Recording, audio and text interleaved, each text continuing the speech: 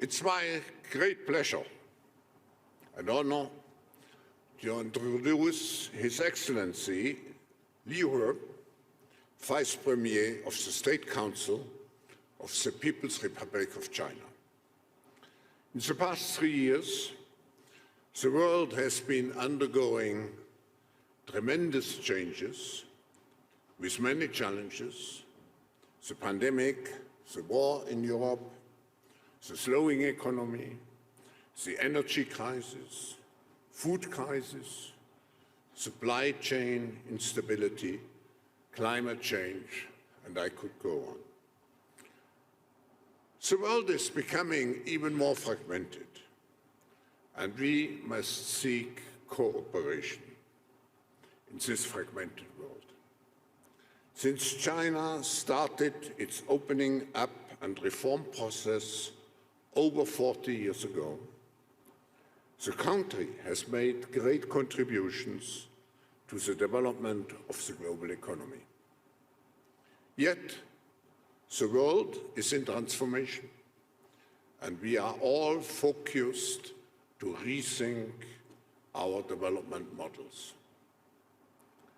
The global community, Your Excellency, is eager to understand the next chapter of China's development strategy, both domestically and globally, particularly after the Communist Party's 20th Congress. And we would like to know the opportunities in China and how we can work together with China to tackle the collective challenges that the world is facing. Cooperation instead of fragmentation.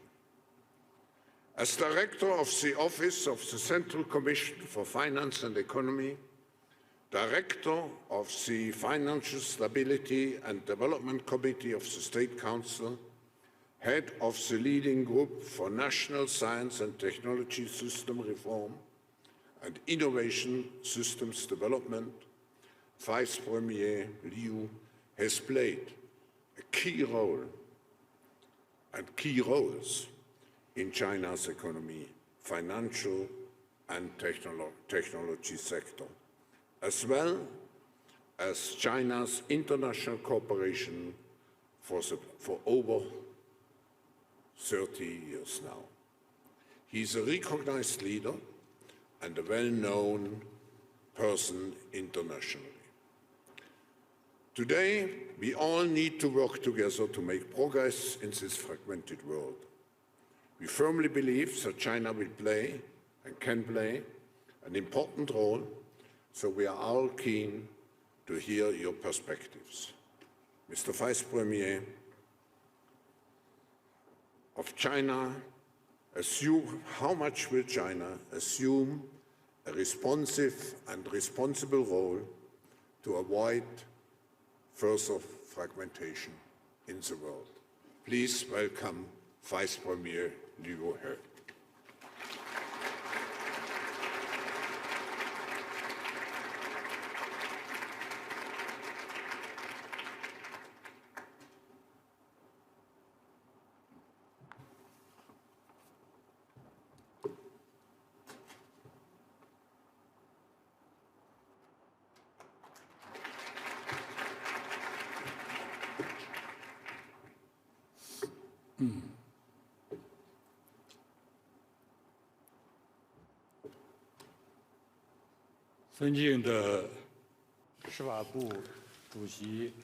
Dr. Klaus Schwab, ladies and gentlemen, friends, good morning. Let me begin by thanking Dr. Schwab for inviting me to Davos again.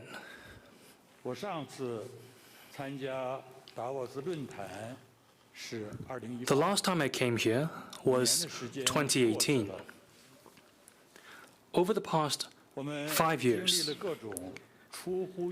we have experienced all kinds of unexpected events and witnessed profound changes in the world's political and economic landscape. 在这样的背景下，今年的年会以 Therefore, 分裂的世 the 界 theme of this year's annual meeting, Cooperation in a Fragmented World, 意义重大。 cannot be more relevant.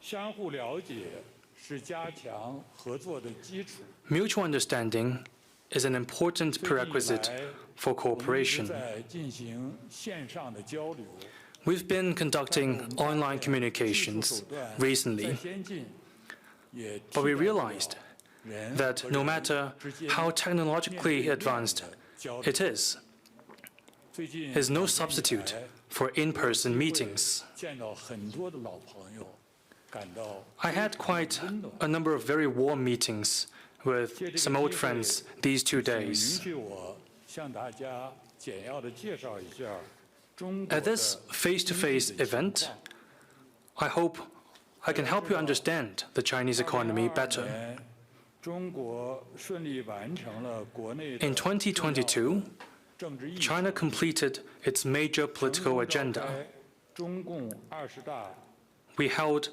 the 选举 20th 了 National 以习近 Congress 平 of the 为 Communist 主席 Party of 的 China 新的中央 and 领导 elected 集体 the new central leadership with President Xi 计 Jinping 划了 at its 未来 core. 5年乃至更长 We 时 drew 期 up an ambitious blueprint for advancing Chinese modernization in the coming 5 years 文 and 部主 beyond. 权召开了中国的年度中央 Last 经济 month, 工作 we 会 held the annual Central Economic 按 Work 照 Conference 中共20大的精神， to make 对 plans 今年的经济工作 for this 进 year 行了全 in 面的 line with the 部署 development of the 20th CPC National Congress. 从去年的情况看，中国经济增长 Last year, 3%， China's growth was 保持了就业 3%, 物价基本 and we managed to keep jobs and 城 prices 乡调 stable. 查失业率5.6%， Urban surveyed unemployment rate was 5.6%,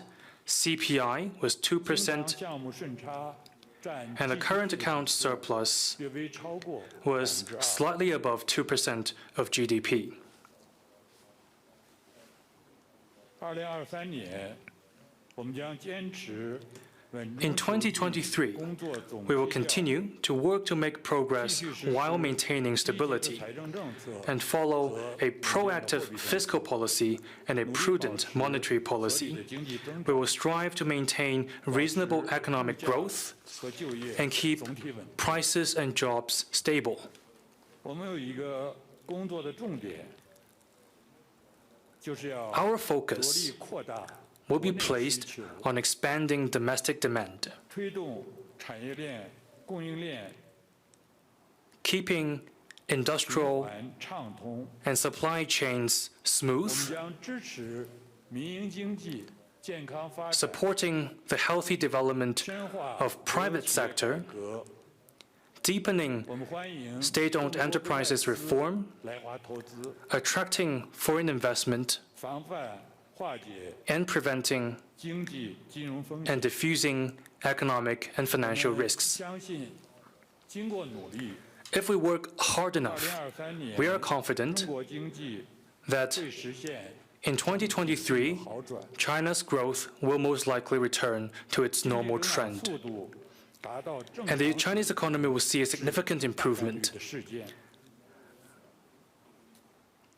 我们也预计，今年中国的进口会明显的增加， A noticeable increase of 会 import, 大幅度的增加， more 居民 investment 消费 by companies, 回归常态。 and residential consumption returning back to normal can be 我们也回 expected. 顾了过去10年，中国的 GDP Over the past 10 4 years, 万亿元 China's GDP grew from 121万亿， 54 trillion to 121 trillion yuan. 从74.8岁 Average life expectancy rose from 74.8 to 78.2 years 经济增长 last 的 year, 贡献，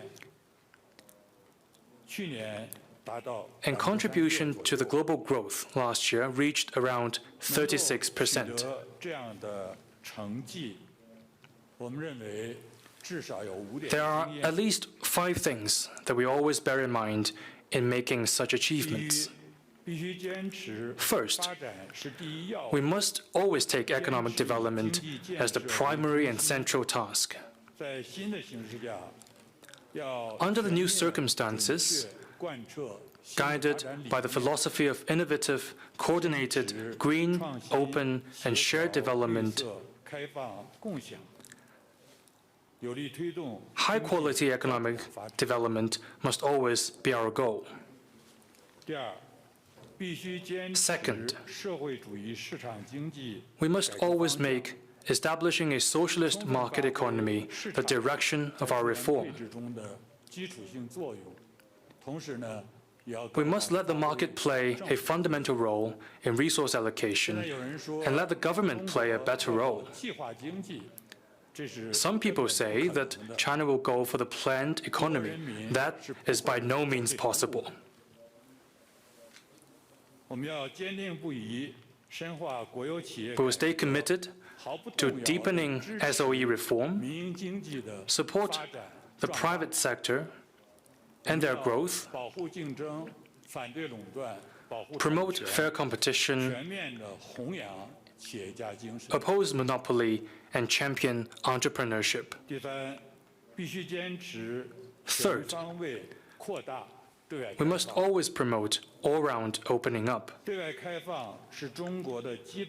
Opening up as a basic state policy is a catalyst of reform and development in China and a key driver of economic progress.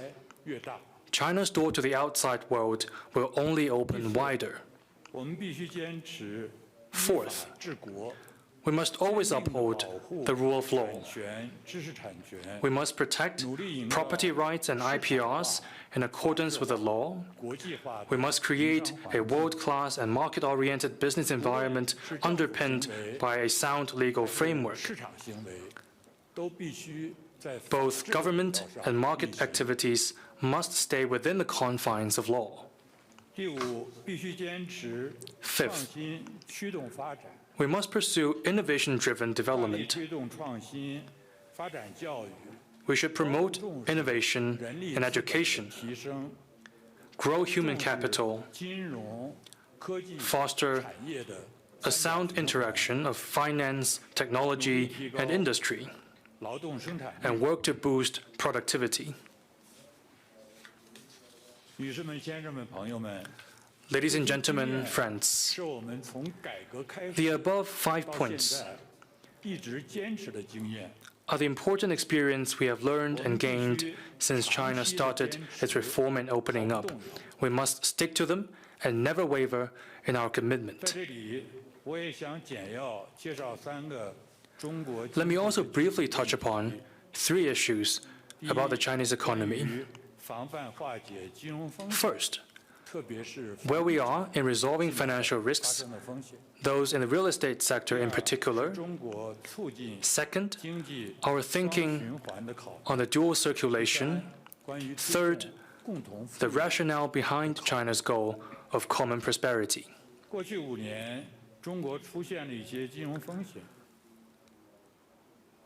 The financial risks that emerged in China over the past 5 years are a result of multiple factors, including macroeconomic downturn, loose financial supervision, imprudent business expansion, and insider control. We fought a tough battle to address these risks. We dealt with conglomerates, as well as small and medium-sized financial institutions of high risks, disposed of distressed assets, curbed shadow banking activities, and handled unusual volatility in the capital market. Thanks to these efforts, we have managed to maintain overall financial stability and prevented systemic risks. We are drafting the financial stability law right now, which is expected to provide legal safeguards for diffusing risks and maintaining financial stability as we go 在 forward. 中国是重要的支柱产业。 The real estate sector is still a pillar for China's economy. 发生了一些变化， But there have been changes since 2021. 占银行贷款的40%。 The real estate sector accounts for nearly 40% of bank lending, 约50%。 around 50% of overall local government fiscal resources, 资产的60%。 and 60% of urban household assets. Therefore, we pay much attention to the changes that have taken place, including a rapid decline in property prices and home sales. Many property developers suffered from liquidity shortage and deteriorating balance sheet. The risks of a handful of leading property developers are particularly noticeable. If not handled properly, risks in the housing sector are likely to trigger systemic risks. That is why prompt steps must be taken to address them. That said, while doing so, we should also prevent possible moral hazards. Here is what we have done. First, we have stabilized expectations by honoring contracts and protecting property rights.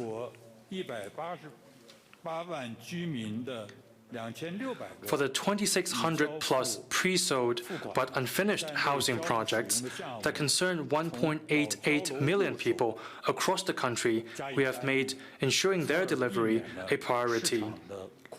And this helped prevent panic in the market.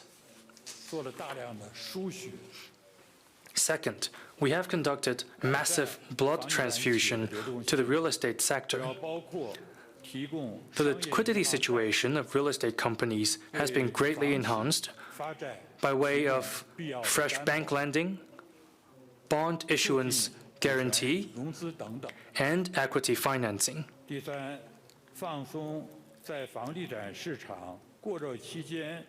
Third, we have relaxed restrictions that were once introduced to addressing the overheating in the property market, to effectively expand demand and enable property developers to generate revenue. Thanks to these efforts, the property market in China has seen noticeable improvement. Looking ahead, China's urbanization is still on a fast track, and the enormous potential demand generated in this process will provide a strong underpinning for the development of the real estate sector. Right now, China is stepping up efforts to foster a new development paradigm with domestic circulation as the mainstay and domestic and international circulations reinforcing each other. The focus of domestic circulation is on expanding internal demand, promoting industrial upgrade, developing a consumption-led growth model, and rebalancing the economy.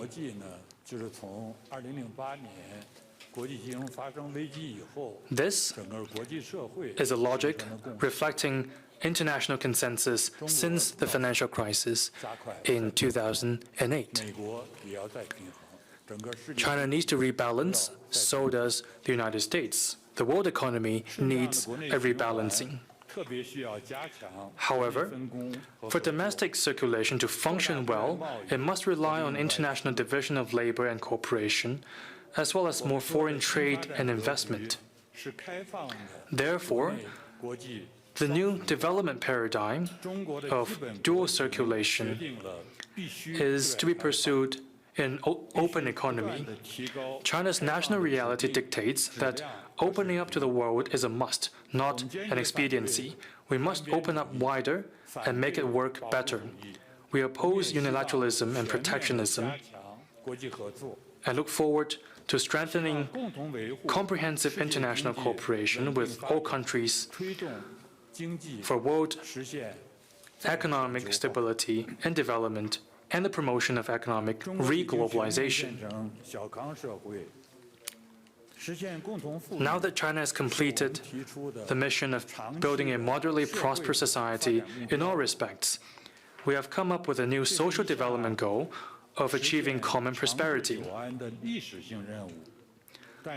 A historic mission that will help us ensure lasting stability. It is a long-term task that requires an incremental and gradual approach. It is not something to be achieved overnight. Common prosperity, as we see it, is aimed at preventing polarization.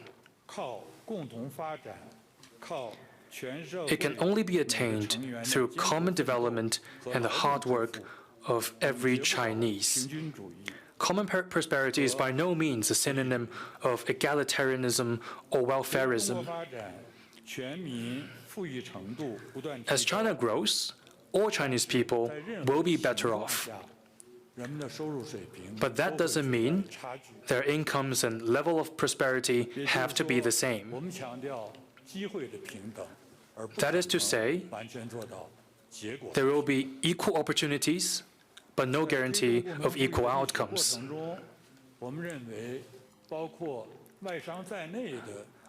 Entrepreneurship is a key factor for wealth creation of a society.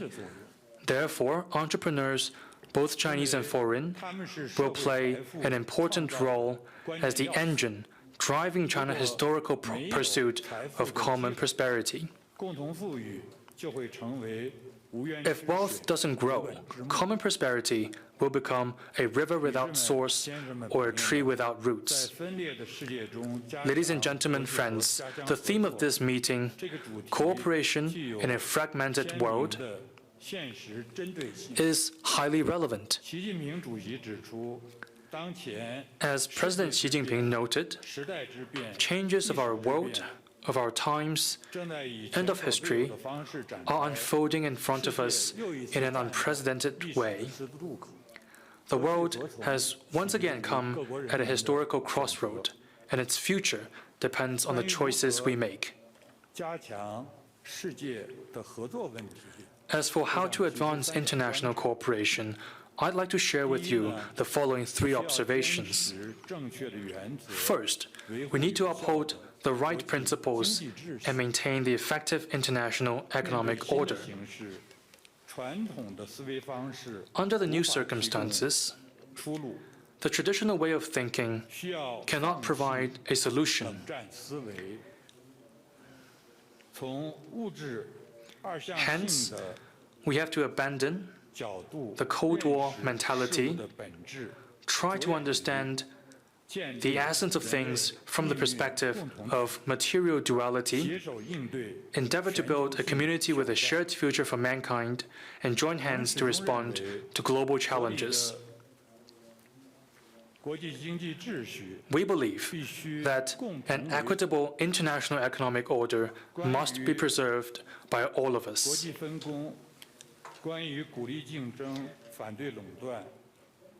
International division of labor, encouragement of competition, anti-monopoly, protection of property rights and IPRs, promoting entrepreneurship and free flow of production factors, fair distribution,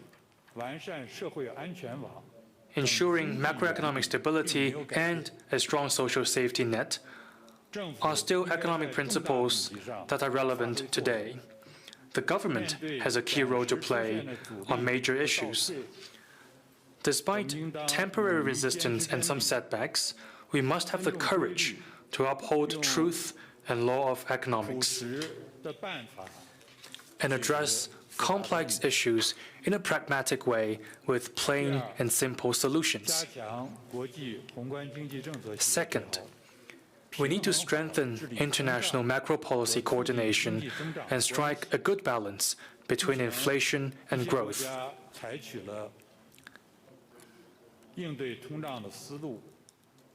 To tame inflation, some countries have chosen the policy that will likely result in the hike recession recovery loop.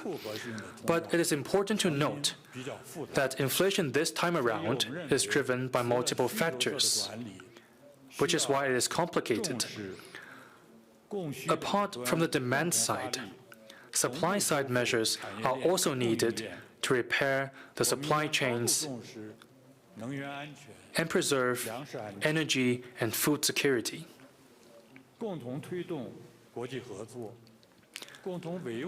A joint response to this challenge requires international cooperation and maintenance of peace. We call for more attention to the negative spillover effect of major countries' rate hikes on the emerging markets and developing countries, so as not to add to more debt or financial risks. We also stand ready to work with all parties to find solutions to the debt issues of some developing countries. Third, we need a global response to climate change. Most countries in the world are keenly aware of the urgency of climate governance and the need for common actions.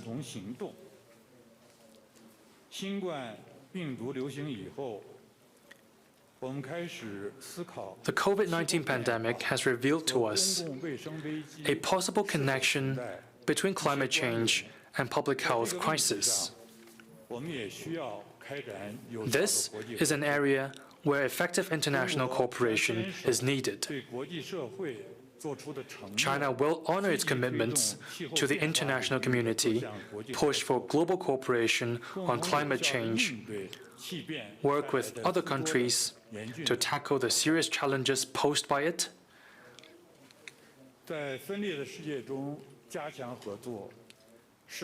how to strengthen cooperation in a fragmented world is a real problem we all face. We must face it squarely, dig deep into the causes of fragmentation, promote positive-sum games, identify the possible converging areas of cooperation, and explore the mechanisms for doing so. We must also work together to firmly safeguard world peace. We should be grateful that this year's Davos Forum presents us with an opportunity to do just that. I wish the forum a full success and hopefully help us strengthen cooperation and preserve peace in a fragmented world. Thank you for your attention. Thank you.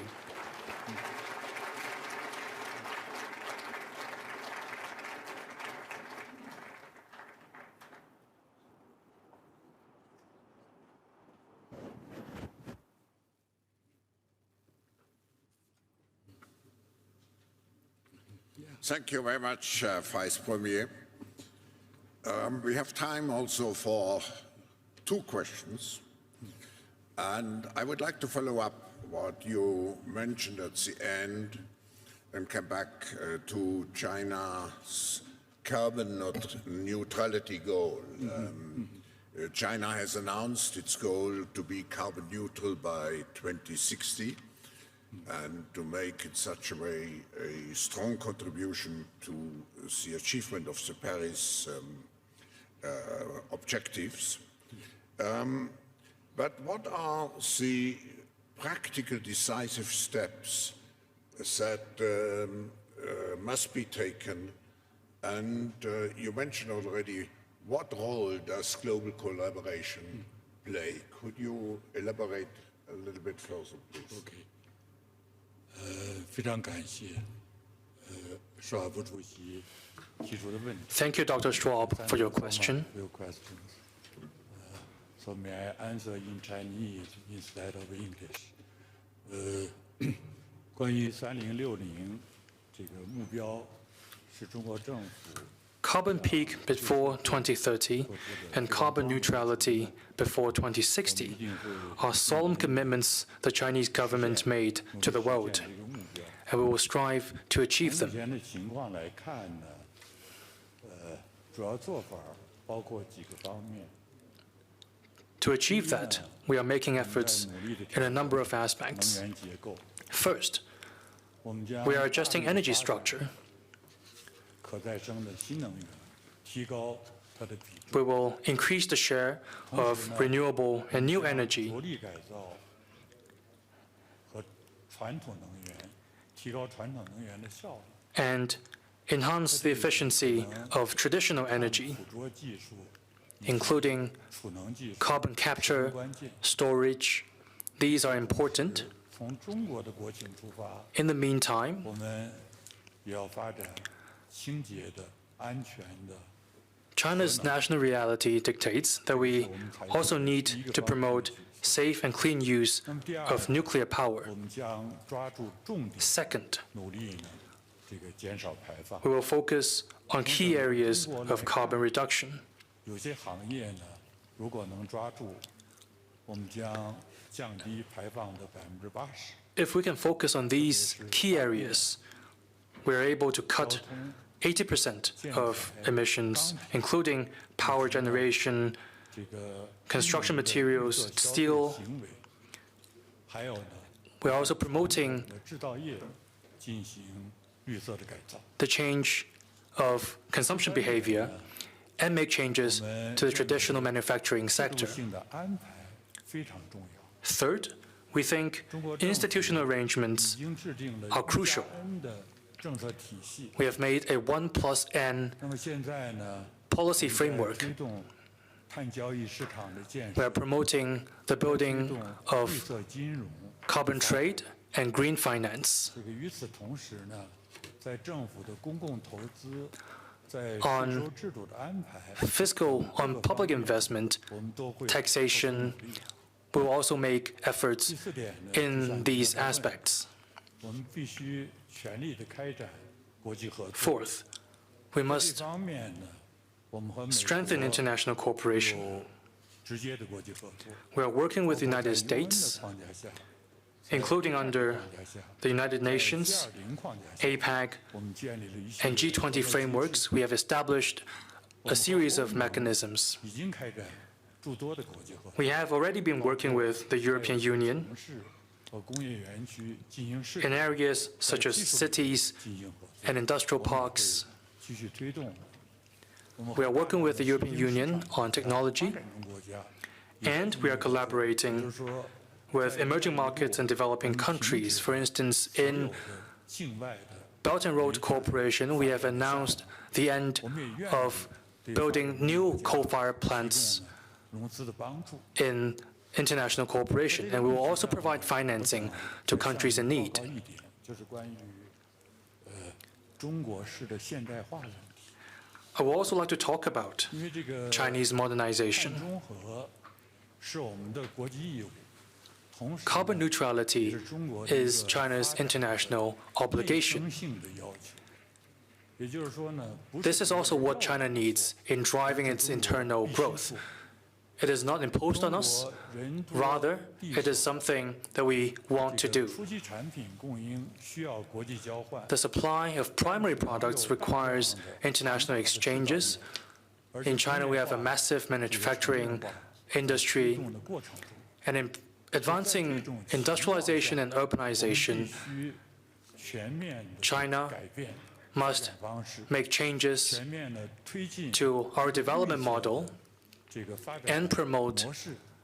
我也注意到 green development. 这个孙先生也在，我也非常欣赏前一段他和朱明先生和 I've noticed 先生一 that 块儿提的这种绿色的范式 The idea of paradigm change 总而言之 in 呢， green development 中国 that was raised not long ago. 推动碳排放、碳中和， The reduction of carbon emissions and carbon neutrality 我们也 are 提倡 crucial to China's 对林 survival. 湖草沙一体化治理。 We're also taking a holistic approach to conserving mountain, water, forest, farmland, and grassland 中 ecosystems. 国的居民，中国 We know that lucid waters and lush mountains are invaluable assets, 我想呢，我先简要的回答 and we 这 are 个问 also 题 need to promote green development 我也愿意回答 among the public. Thank you. Vice Premier, in this context, we appreciate very much China's commitment to plant in the framework also of our 1 trillion trees project to plant, I think, 65 billion trees in the coming years. Yes, exactly.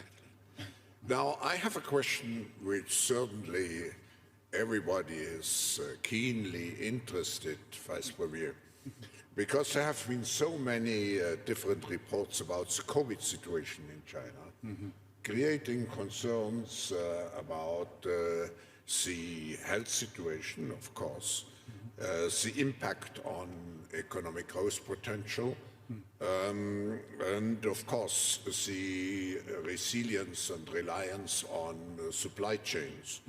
Could you enlighten us what the situation is and what can we expect of the final, if I may say so, normalization of the situation?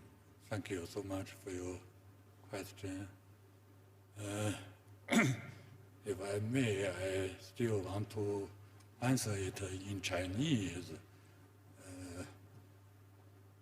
As you mentioned, okay, 就是像您所说的，我们 As you mentioned,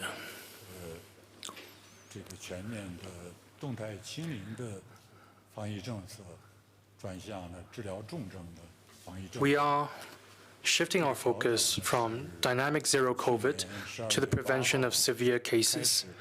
It started on 8th December last year, and since 8th January this year, we have started to manage COVID as a Class B infectious disease.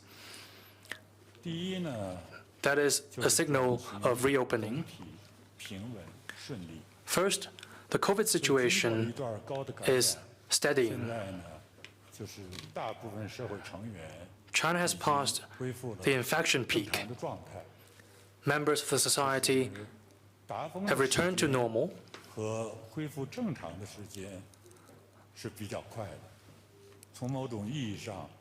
There's a short span of time between infection peak and the returning to normal, which somehow is beyond our expectations. Second, living and production have been fully restored. Catering, tourism, and other consumption have been restored to normal. I have received quite a surprising number from the Transportation Department. This year's Chinese Spring Festival will see some 5 billion trips made, which is an enormous scale. That is why I said just now that life has been restored to normal in China.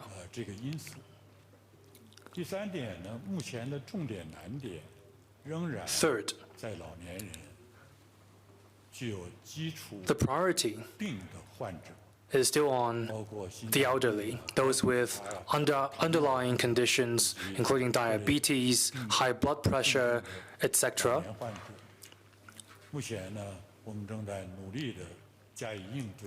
Now we are working to address these priorities. As things stand, hospitals, hospital beds, doctors, nurses, medicine, supply of these factors can be ensured. Finally, for all of you, my foreign friends, you are most welcome to visit China.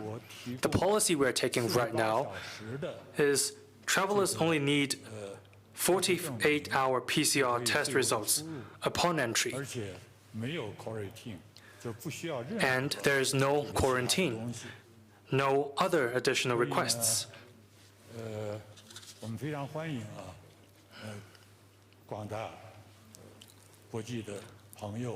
All of you, friends from the international community, are most welcome to visit China. We will provide you with the best services.